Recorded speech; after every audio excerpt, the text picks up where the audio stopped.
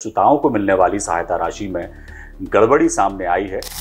Amount था वो प्रसूता के खाते में नहीं गया। साइट पर दिखने लगा कि वो पे आउट हो गया है। मिजोरम तक के खाते सामने आए हैं। खातों की जांच पुलिस के द्वारा की जानी है। अस्पताल की व्यवस्थाएं चुस्त दुरुस्त रहें, पारदर्शिता रहे, इसके लिए क्या कुछ और ऐसे नवाचार हैं? ये प्रथम शासकीय अस्पताल है। कम से कम 500 से अधिक पैरामीटर्स पर हमको खरा उतरना पड़ता है, तो इनको करके ही हम NABS सर्टिफाई हुए हैं।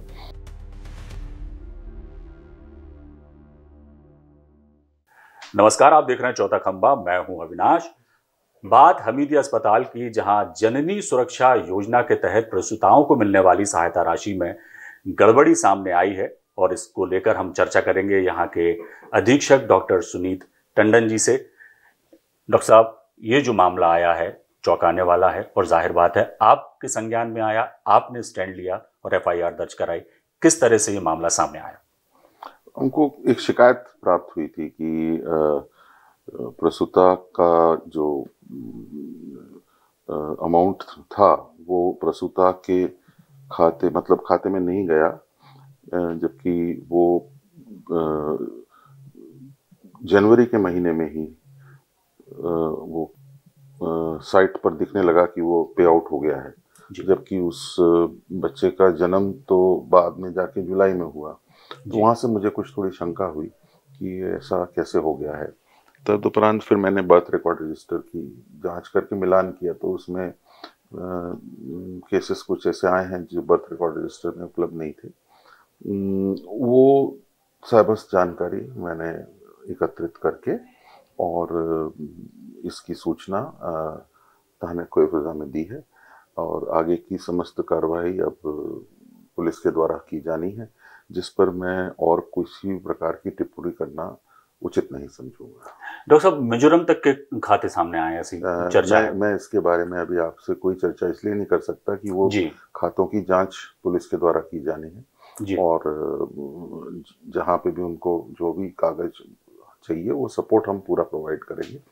खातों की जानकारी मेरे पास भी नहीं है, ना आप कभी कहीं से ढूंढ सकते हैं। जी, ठीक है ना डॉक्टर साहब, ये तो रही बात। चलिए, जांच का विषय है, जांच में जो सामने आएगा जाहिर तौर पर उस पर कार्रवाई की जाएगी। सरकारी योजनाओं को लेकर जो मरीजों के हित के लिए सरकार योजनाएं चलाती है, उनमें कई तरह के गड़बड़ झाड़ सामने आते हैं। ये जो मामला आपके सामने आया, आपने FIR दर्ज कराई। अस्पताल की व्यवस्थाएं चुस्त दुरुस्त रहें, पारदर्शिता रहे, इसके लिए क्या कुछ और ऐसे नवाचार हैं जो आप चाहते हैं कि हो, ताकि हमीदिया अस्पताल का जो नाम है वो मध्य प्रदेश में नहीं देश में भी गिना जाए? प्रथमतः तो मैं आपको बताना चाहूँगा कि ये अस्पताल जो है हमने अगस्त के महीने में 1800 बेड का NABH का एक्रेडिशन कराया है, जो कि पूरे समस्त भारत का ये प्रथम शासकीय अस्पताल है जो 1800 बिस्तरों पे NABH एक्रेडिटेड है।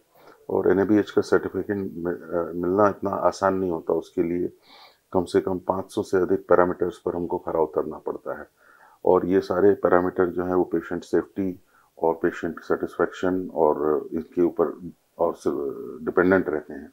तो इनको करके ही हम NABH सर्टिफाई हुए हैं और इसीलिए हम देश का एक उत्कृष्ट संस्थानों में से एक हैं।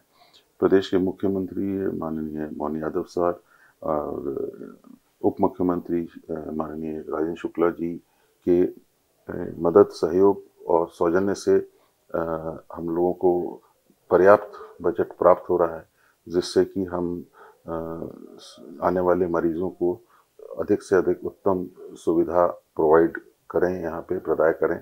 इसका हम पूरी तरह से प्रयासरत रहते हैं। इसके अतिरिक्त अब ये बिल्डिंग्स तो बन गई हैं, अब एक नया OPD ब्लॉक का कंस्ट्रक्शन ऑलरेडी शुरू हो गया है, जो अगले 2 वर्ष में पूरा हो जाने की संभावना है, जिससे कि एक ब्लॉक के अंदर समस्त OPDयाँ, रजिस्ट्रेशन काउंटर और खून इत्यादि की जांच की सुविधा हो जाने से मरीजों को बहुत अधिक सुविधा हो जाएगी कि उनको एक ही छत के नीचे उनका समस्त कार्य संपूर्ण हो जाएगा। इसके अतिरिक्त हम लोग की अपनी CT और MRI मशीन विगत 4 से 5 महीने में इंस्टॉल हो जाएगी, तो जो कि हमारी बेस्ट ऑफ द बेस्ट, सबसे उत्कृष्ट श्रेणी की मशीनें यहाँ आने वाली हैं।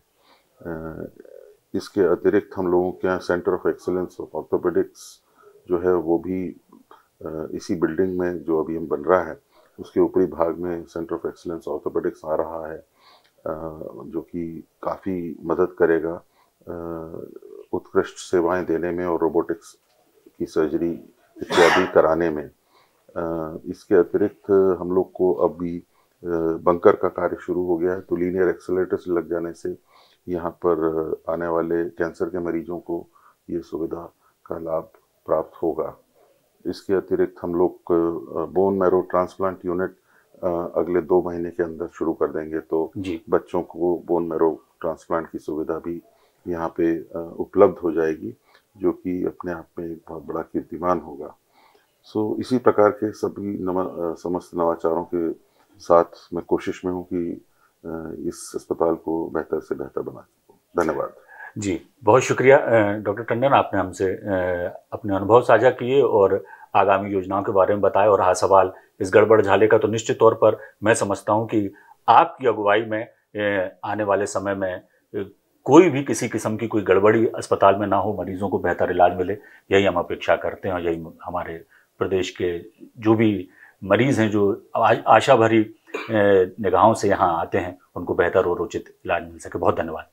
तो ये थे डॉक्टर सुमित टंडन, जो बता रहे थे कि मामला जांच में है और जांच के बाद जो भी सामने आएगा उसके तहत कार्रवाई की जाएगी। और रहा सवाल, उन्होंने ये भी बताया कि आने वाले समय में जिस तरह से यहाँ सुविधाएं बढ़ाई जा रही हैं हमीदिया अस्पताल में, तो निश्चित तौर पर ये मध्य प्रदेश में नहीं देश में भी अपना नाम ऊंचा करेगा। और यही कोशिश में डॉक्टर टंडन लगे हुए हैं। कैमरामैन शाकिर अहमद के साथ चौथा खंबा, अविनाश ठाकुर।